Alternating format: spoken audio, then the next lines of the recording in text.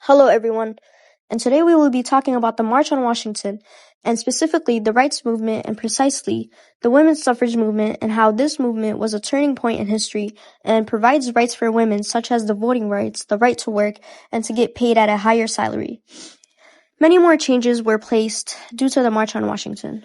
Throughout this documentary, we will be discussing the issues that were faced before the march and the challenges faced by the women from the years of 1820 throughout the years of 1830, and the obstacles they overcame.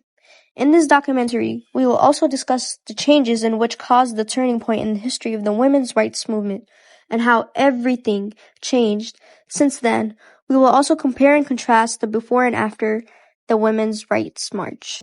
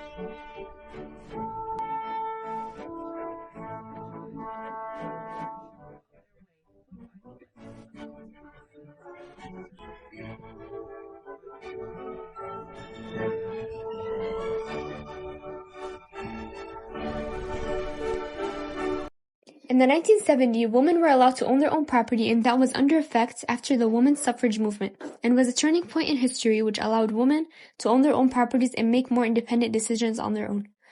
According to research, now 57% of all real estate brokers and agents are females. 50% of property, real estate, and community association managers are women. 10.76 million U.S. houses are owned and occupied by a single woman. The women's suffrage movement and the March on Washington was a huge turning point in history which transferred women from not being allowed to own property without their husband to having a say in what their husband buys or sells to owning their own properties and becoming real estates. The gender pay gap was not easily addressed and solved. Till this day, there are some countries like the USA, Canada, Finland, and France that have a wage gap of 15% and more, but it has definitely improved since the women's rights movement in Washington in 1848. Another challenge that was faced was that women were not allowed to own properties or own credits, and it all had to be under the name of their husbands or a male relative that could be in control of any property that associates to a woman. This gave women limited property rights. In 1771, New York passed an act to confirm certain conveyances and directing the manner of providing deeds to be recorded. This law required a married man to get his wife's signature on any deed to her property before he sold or transferred it to someone else. This also required a judge to meet with a wife to confirm her approval on selling or transferring the land of any property. 3 years later, Maryland decided to pass a similar law which required a judge to sit with the married woman and get her approval on any trade that concerned her husband. To begin, we will talk about the challenges that were faced before the March on Washington, and one of the most known issues was that women were prohibited from voting and were found as no help to the Constitution. In 1868, the 14th Amendment defined citizens and voters in particular as male. Soon, Susan B. Anthony and Elizabeth Cady Stanton formed the National Women's Suffrage Association. In 1890, the two organizations became the National American Women's Suffrage Association. By this time, the states of Wyoming, Utah, Idaho, Colorado, and Washington had already allowed women to vote. In the past, before 1848, women's voting voices had no impact on voting, and in fact, they were not even allowed to vote because they were known as no use constitutionally, and their voice didn't matter. The 19th Amendment opened up voting for women, but not all women got the right to vote. It wasn't until 1920 that all women, regardless of their race, got the right to vote. Another obstacle faced by women was the gender pay gap that took place between the years 1950 and 1980.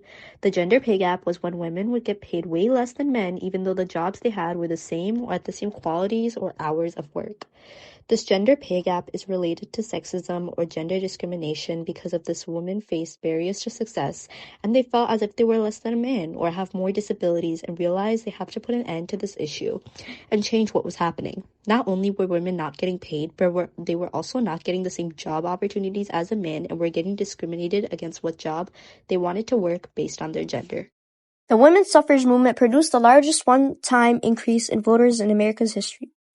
It also led to the ratification of the 19th Amendment in 1920. This allowed 22 million women to vote after years and years of suffering and protesting for their rights and voices to be heard. It provided equal access to education for both men and women, as well as allowing women to have a right to their own property and custody over their children. It also created better working conditions and created an international peace movement that only increased rallies and protests throughout the years. It also gave women the right to make individual decisions such as divorces or pregnancies. No taxation without representation was a huge slogan made in the women's suffrage movement. It spoke to the citizens that women are wage workers and pay their taxes, and their pay is not equal to men's. Women were not the only ones who benefited from this movement. Children, also from economically disadvantaged backgrounds, also received large gains from the suffrage movement. The women's suffrage movement has created an example of natural rights, and demanding that those rights should be recognized is not a crime.